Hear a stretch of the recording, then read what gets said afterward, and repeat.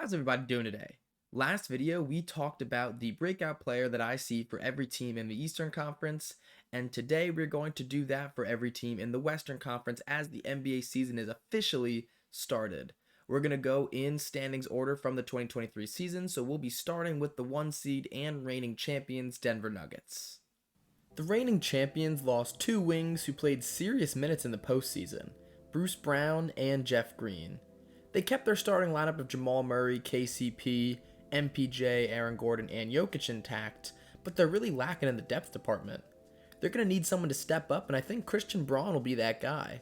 He was an extremely NBA-ready prospect coming out of college last year, but only averaged 4.7 points per game. But in games 2 and 3 of the NBA Finals, he showed what he can do. He should be one of their top men off the bench this season, and I'm excited to see what he can do in that role. The Memphis Grizzlies are going to have to survive the first 25 games of the season without Ja Morant due to his Instagram Live shenanigans. But that's going to give some of their younger players a chance to show their worth. With Steven Adams also set to miss the entire 2024 season, their bigs are going to have some opportunities too. Xavier Tillman Sr. should have a good season for this reason, as he's going to be the starting center, but I think Zaire Williams will be their breakout player. He also may be a starter this season, and he looked really good in the preseason. He shot really well from 3, he can handle the ball, and he's an ultra athlete. For the Sacramento Kings, I am choosing Keegan Murray to be their breakout player. I really like what Keegan Murray showed in his rookie season. His three-point shooting not only transferred from college to the NBA, but it actually got even better.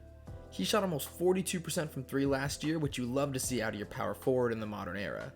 Keegan Murray's more than just a shooter though, he's also a positive defender. He's going to get 30 minutes per game again this season, and I think he's going to improve his interior game a little bit as well. He's going to be a really good starting level player. For the Phoenix Suns, I'm not sure I trust almost anyone on this team to outperform their expectations. Kevin Durant and Devin Booker will be all-stars, Bradley Beal will score 22 points per game, Nurkic will be an average starting center. I'm not saying this team's going to be bad, I'm just saying they're going to meet their expectations and no more. But if I had to choose one player, I would choose Josh Okogie because he had a big boost to his three-point shooting last season.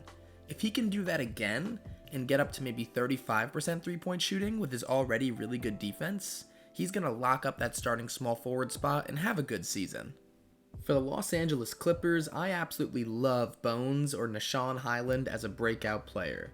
I loved him on the Denver Nuggets, and I was kind of shocked he didn't get more playing time after getting traded to the Clippers. He's a really talented scorer, and yeah, he's inefficient, but that's okay for those sixth man, spark plug kind of players.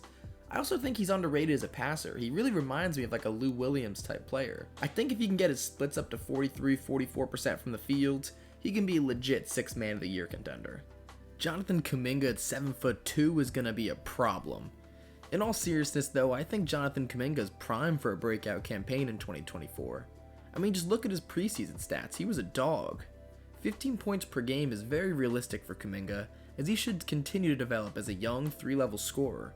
Come playoff time, he should at the very least be the 6th man, but they could even trust him starting if the Warriors decide to go small for a series. For the Los Angeles Lakers, the full season breakout of Austin Reeves is going to come in 2024.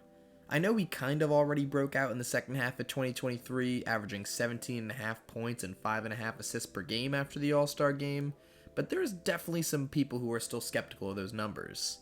I think Austin Reeves will maintain those numbers for the whole 2024 season and be a legitimate third option for a Lakers team with championship aspirations. The Minnesota Timberwolves show that they believe in who I think their 2024 breakout player is, giving him a huge $135 million extension. I'll admit I'm high on Jaden McDaniels, but even I think this is quite the overpay. He averaged 12 points, 4 boards, 2 assists, and a steal and a block last season, which is great, but damn does this make the Timberwolves super expensive with the Gobert, Cat, and Anthony Edwards contracts already on their books. Admittedly, the Timberwolves didn't have a lot of options here unless you really believe in Leonard Miller, who may not even make their rotation. So McDaniels is kind of the default answer, as they hope he can become a third option for this team.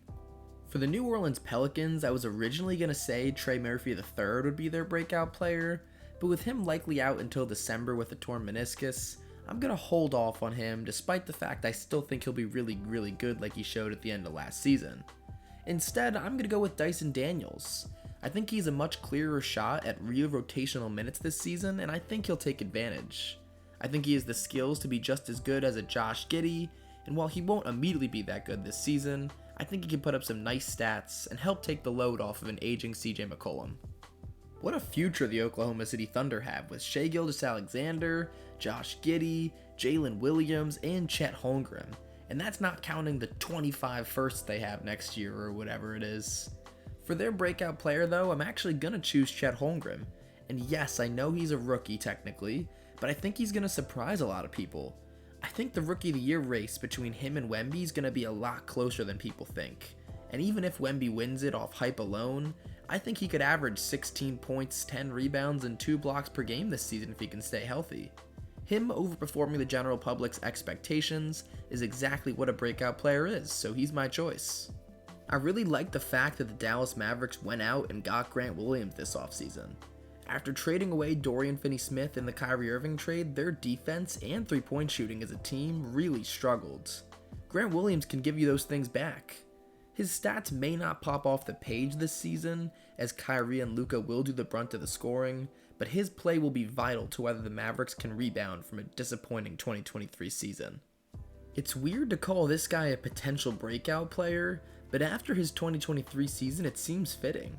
I think John Collins will re-break out and be a really solid player for the Utah Jazz in 2024.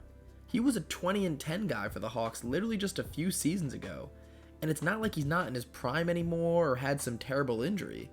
This Utah Jazz team is going to be competent once again in a Western Conference that continues to get more and more loaded somehow, and that's going to be thanks in part due to John Collins. The Portland Trail Blazers have finally put the Damian Lillard saga behind them, and honestly, I like how they came out of this situation. They have a young, exciting team that, yeah, shouldn't be good this year, but now actually has an avenue to contend in the future. The Blazers are still a bit crowded at the guard positions, with Anthony Simons and Scoot Henderson being the obvious starters, but whether Shaedon Sharpe is the starting 3 or the 6th man, I think he's primed for a breakout in 2024. He's a super athlete that also has the ability to create his own shot at an elite level. Watch out for him in 2024. The Rockets might still be a few years away from contention, but I was a huge fan of their offseason. Cam Whitmore and Amen Thompson could easily be breakout players for the Rockets this year and outperform their draft expectations, but I am trying to stay away from rookies as much as possible in this video. So I also think that Jabari Smith Jr. is going to build up on his mediocre 2023 season. He's only going to be 20 years old for the whole season, and he looked pretty good in the preseason. It's not like he's going to lead the Rockets to the playoffs or anything, but it's baby steps for this Rockets franchise and their rebuild, and we all know Jabari Smith Jr. has all the tools to succeed in the NBA. Everyone is excited to watch the San Antonio Spurs this season for one man and one man only. Devin Vassell. No, of course not. It's Victor Wembanyama. But the expectations for this guy are literally so high, he'd have to damn near win MVP to outperform them.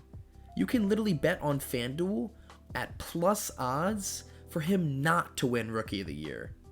The Spurs do actually have a lot of options here though, depending on if you believe in Devin Vassell, Keldon Johnson, Malachi Branham, but I'm going to go with Jeremy Sohan as their breakout player. I think he has an extremely unique set of skills that no one else on the Spurs can provide. He's not going to light up the scoreboard, but he has that Draymond Green or Domantas Sabonis skill set, and I think he's going to be a good fit around Wemby, so he's going to have the starting job all season, and I think he's going to thrive. And that's going to do it for my Western Conference breakout players. Let me know if you agree or disagree with any of the selections I made in this video, and also let me know if you like this style of video where I separate the Eastern and Western Conference teams. If you like the video and comment, and if you want to stay up to date with the content that this channel produces as the NBA season gets underway, make sure to subscribe to the channel. That's going to be it for now. Bye bye.